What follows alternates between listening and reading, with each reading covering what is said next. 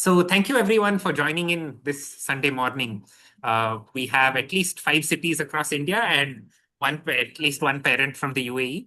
So welcome. I'm Siddharth. I am an educator and a scientist. So I have a PhD in ecology, after which I decided to move into education. And I have been working with uh, middle school students since early 2024. So about 2.5 years now. Uh, uh, what drew me to this age group that all your students are in, or all your children are in, is just how curious and full of life and love for learning these students are in middle school. Before that, I used to teach and administer college academics in various ways. And it's just so hard to sort of get enthusiasm out of 18 and 19-year-olds towards learning. But the first time I went in front of a room of fifth and sixth graders, I was absolutely amazed by how ready they were to dive into more challenge, into interesting questions, into having a fun peer group. And that's what really started my journey with GenWise. So GenWise is an organization that for the last 10 years has been nurturing talented students all over India. I'll define what each of those things mean. So ideally, we should live in a world where every child gets education at the right level for them.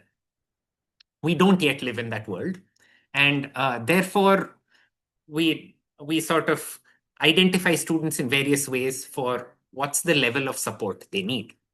Now, often a school classroom is aimed at ensuring that the median student, the average student, learns everything that's needed. The focus is on ensuring that everyone meets the minimum requirements, that overall they do well in grades. However, the top students in a class, in any subject, um, are similarly disadvantaged as the students who are performing badly. Because when you're very good at something, the average stuff that's being done for everyone is not challenging you. It's not sparking your curiosity. So at GenWise for 10 years now, we've worked to bring together really good mentors and really good students and then get out of the way. Our basic educational philosophy is that students and mentors and a good peer group, when they're all together, they just explore learning and they find a joy in learning. So our summer program initially started from when Duke University from the US between 2010 to 2015 was running programs in India. That is where the asset talent search exam, which all your children took, started from. Once Duke University left because they weren't able to run things in India very well, at that point, first EI, Educational Initiatives, and then GenWise took over running these summer programs. During the pandemic, we started running online courses. And in the last year, we've really thought about how do we give a structured online nurturing opportunity that's more accessible, available, and affordable for students to access. So for the last half year, since last October, we've been running such an year-long online program for grades 7 and 8. And from this July, we're opening it for grades 5 and 6 as well. So I will quickly run through a short presentation about it.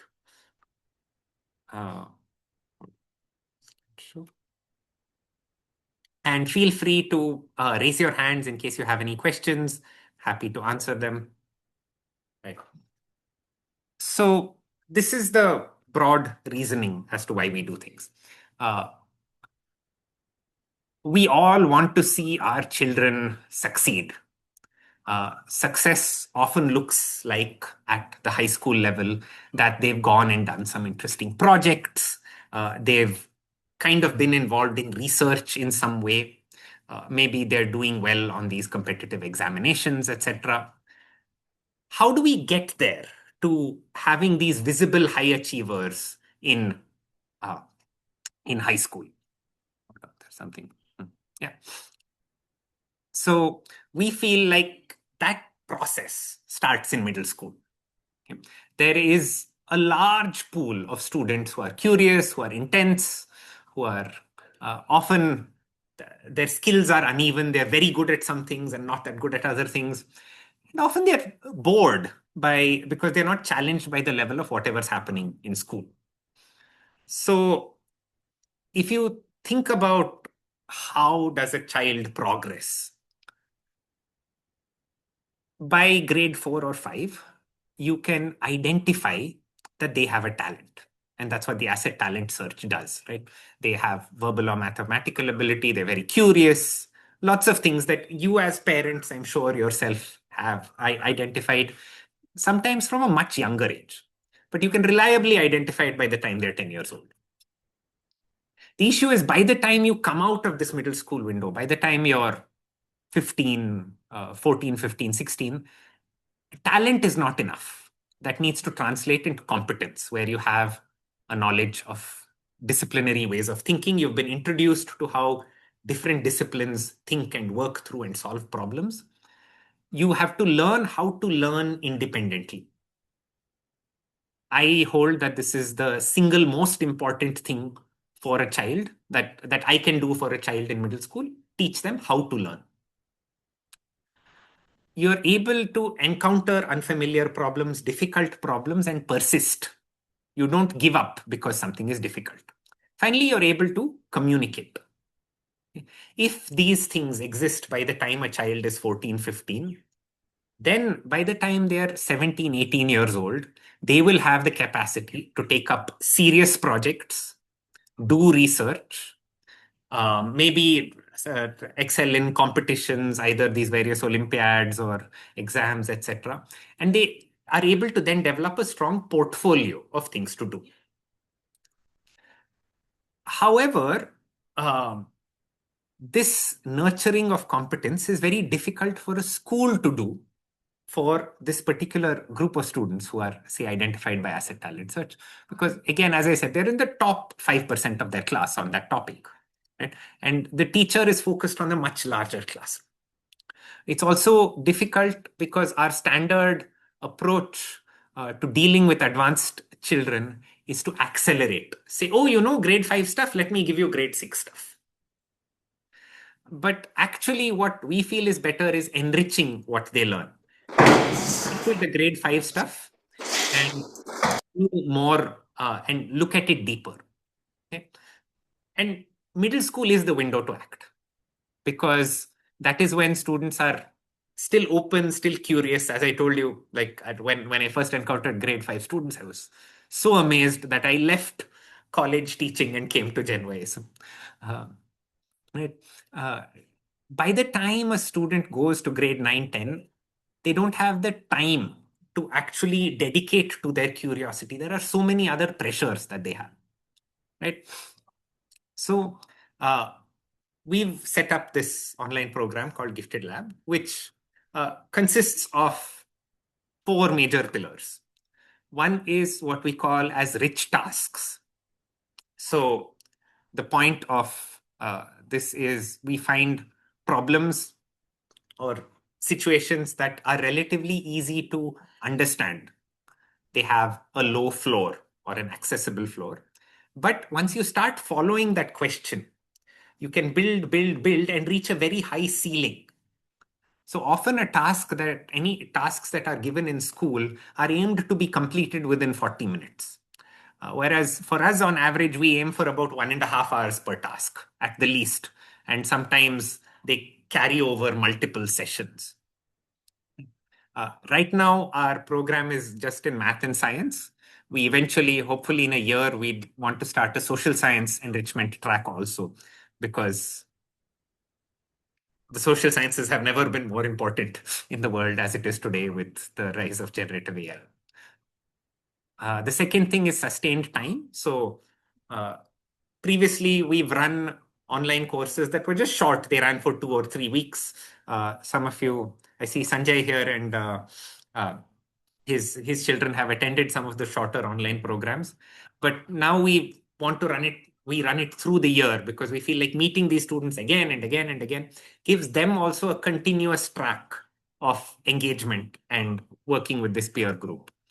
We have really good mentors, and also that peer groups motivates itself. Okay? So if we don't provide these opportunities to students, and you could figure out, I'm not saying that you have to come to GenWise. Let's find some way to support these students. We end up with all these downsides, right? If a child is finding the stuff that they're doing in class boring, they will, or if they find that they don't need to struggle in order to uh, surmount the challenges in front of them because no one's given them a difficult enough challenge, then they feel like, oh, okay, I don't need to struggle for things in life. Things come easily to me. Okay. I was one such child. Science in school was not a struggle for me at all. Right? Luckily, I had really, really excellent biology, like science teachers in high school who pushed that. And therefore, I learned a lot more. But school was not enough. In my 11th grade, I luckily got through the KVPY program that no longer exists, but I went to a summer camp in Mumbai at the Homi Bhabha Center. And that totally changed, like blew my mind that we can learn at such a high level, right? And I don't think I was very interested in biology. I went to the International Biology Olympiad in my 12th grade. And I remember being very engaged in 12th grade biology. But by then through my 12th grade, I basically made my way entirely through the undergrad biology textbook that goes for the first 2 years of an American biology undergrad, right? I got that textbook and I made my way through it all through 12th grade. So kids can do this, but if you don't give them that capacity, then they don't build these things, right? So about the program very briefly, and then I open for questions.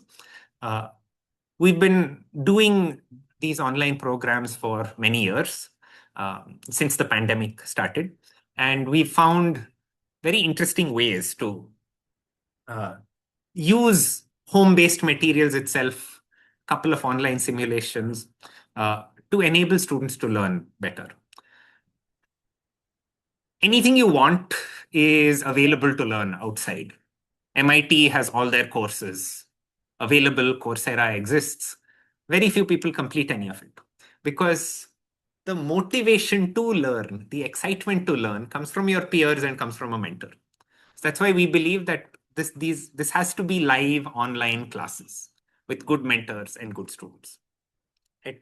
So our mentors are people who have are also maybe academics, but also people who have a lot of real world experience.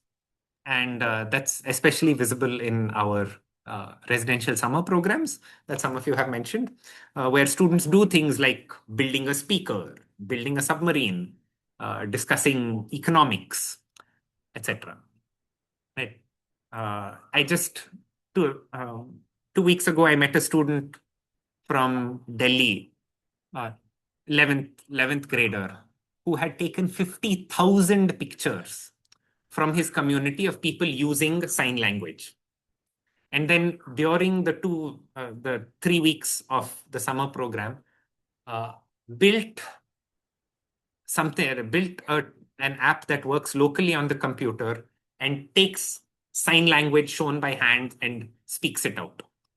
So this would enable people who are unable to speak to directly talk to an app and therefore speak, right? This was a 11th grader or 12th grader who did this all himself, right? So with the right mentor, students are capable of incredible things. So this is some student feedback. And so this is how our course is structured, right?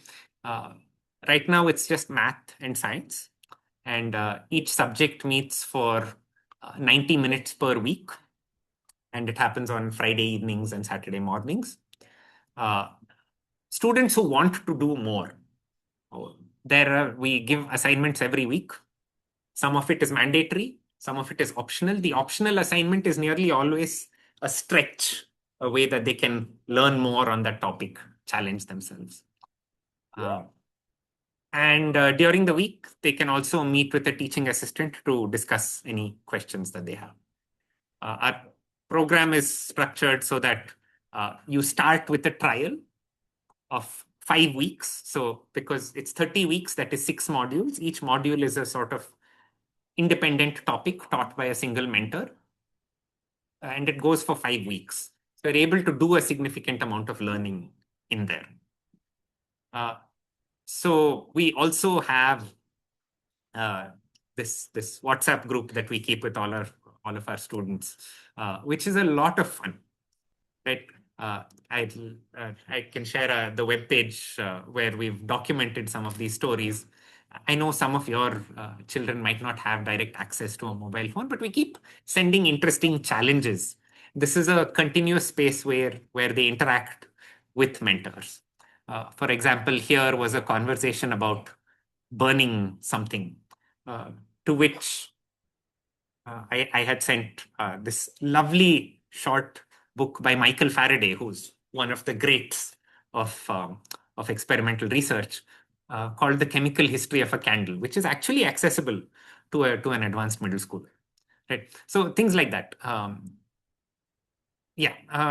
Just 2 learning examples. This was from a course on energy that we did with the 7th and 8th graders. We didn't look at any equations in that course, maybe one. But they built the tools of thinking like a scientist by learning history.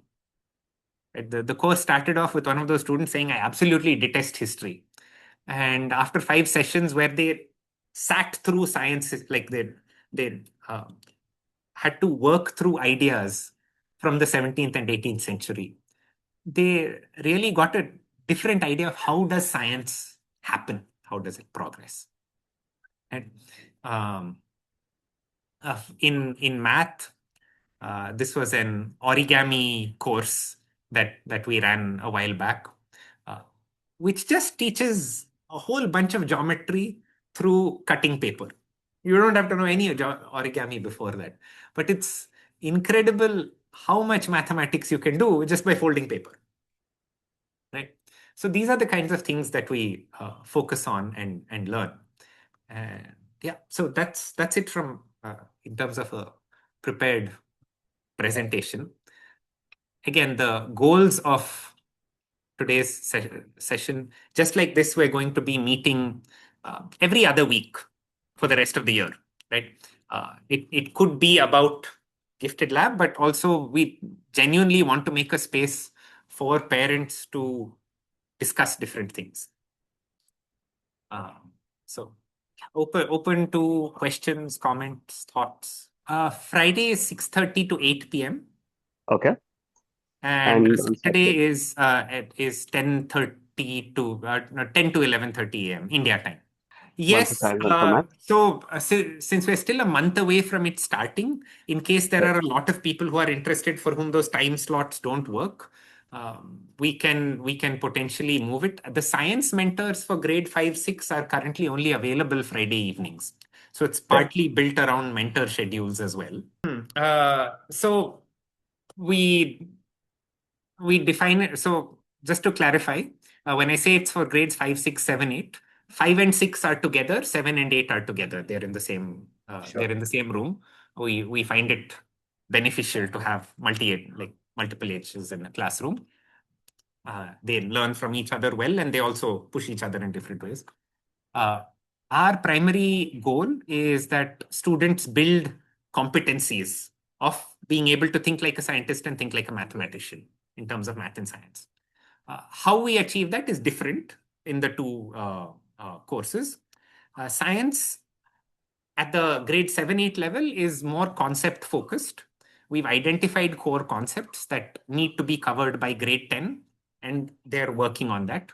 At the grade 5, 6 level, science is more competency based, of saying, how are you doing inquiry? Do you understand experimentation?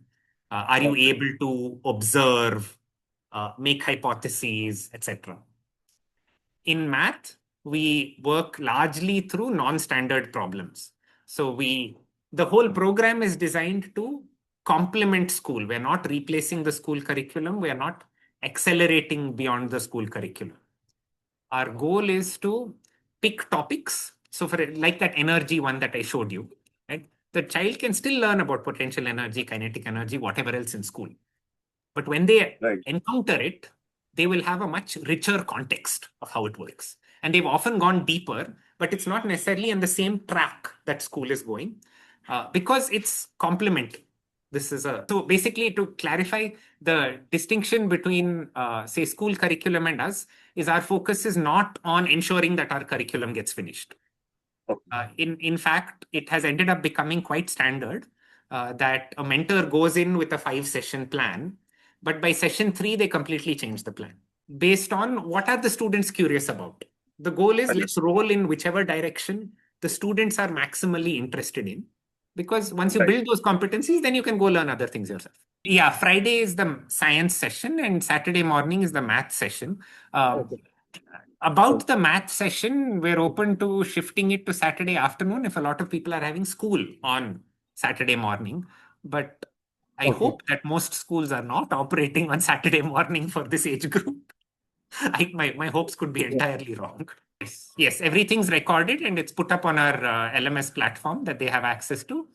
They can access the recordings. We pull them down about 1 to 2 weeks after the course finishes.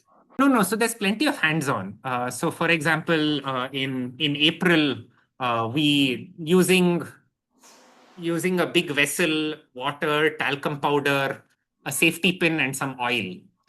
We replicated an 1800s experiment that measured the thickness of molecules.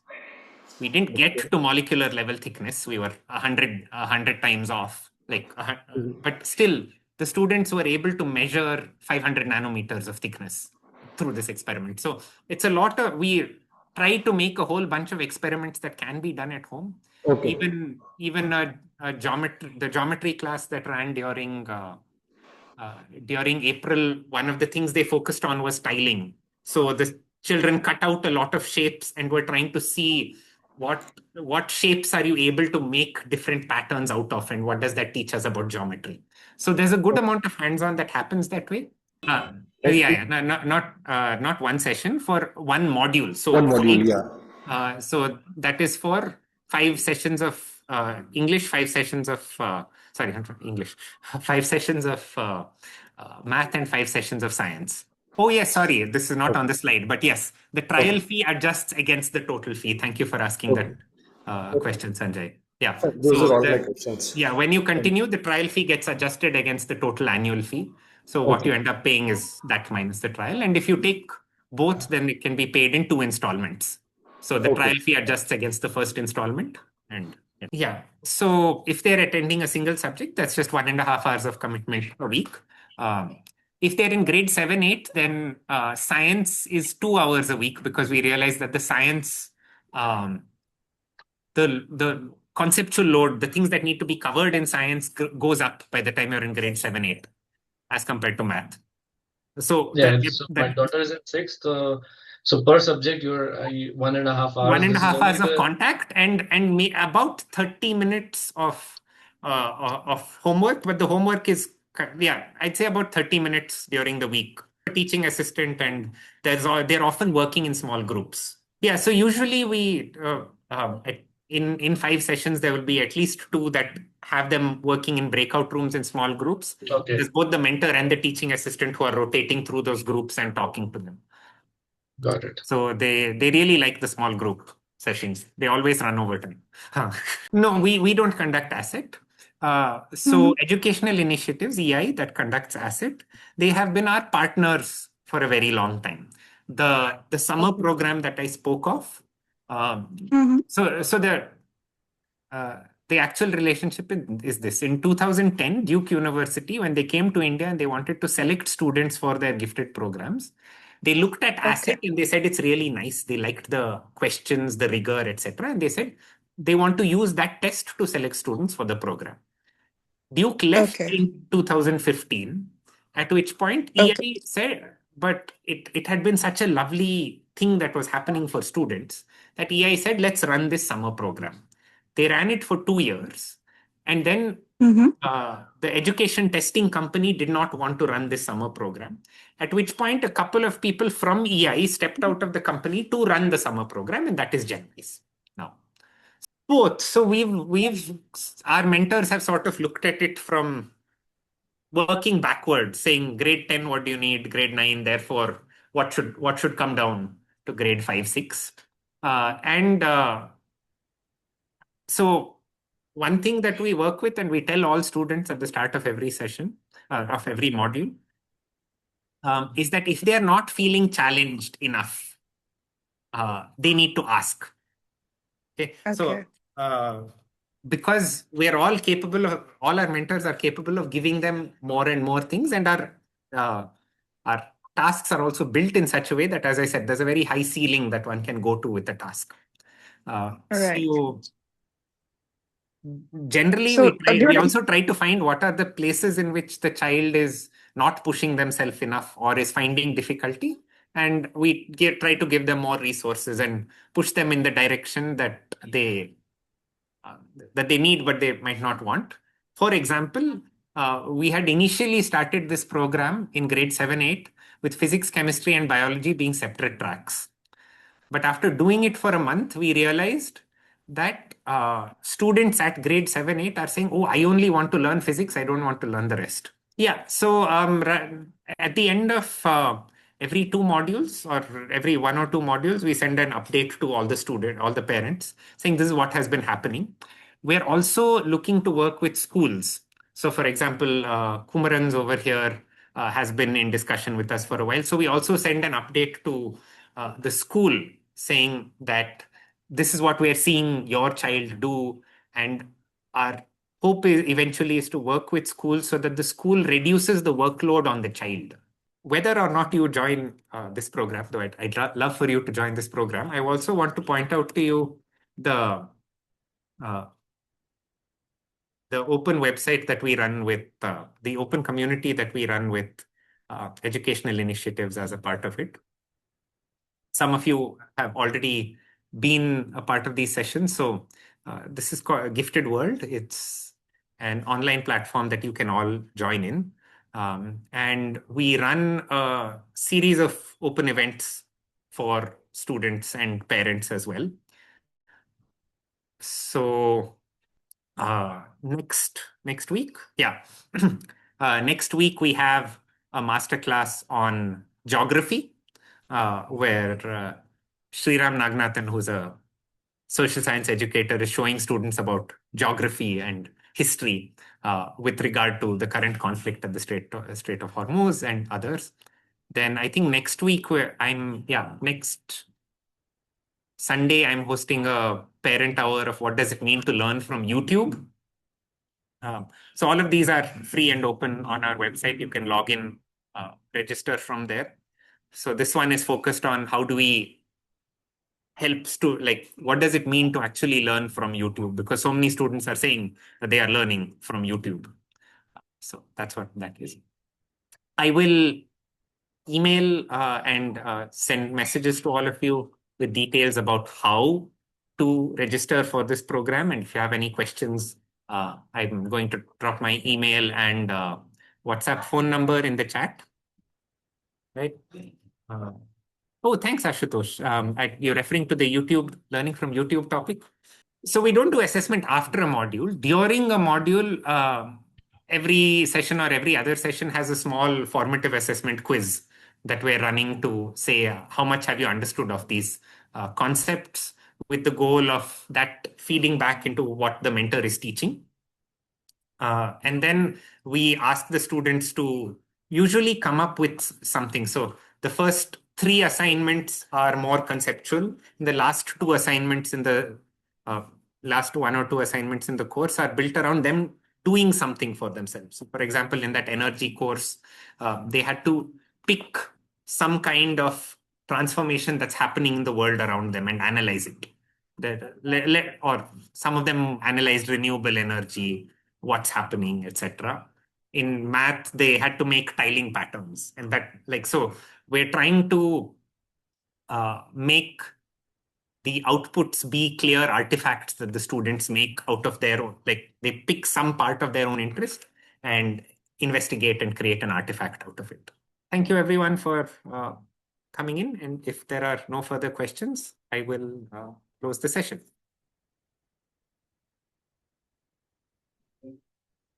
Thank you. Goodbye. Have a good Sunday.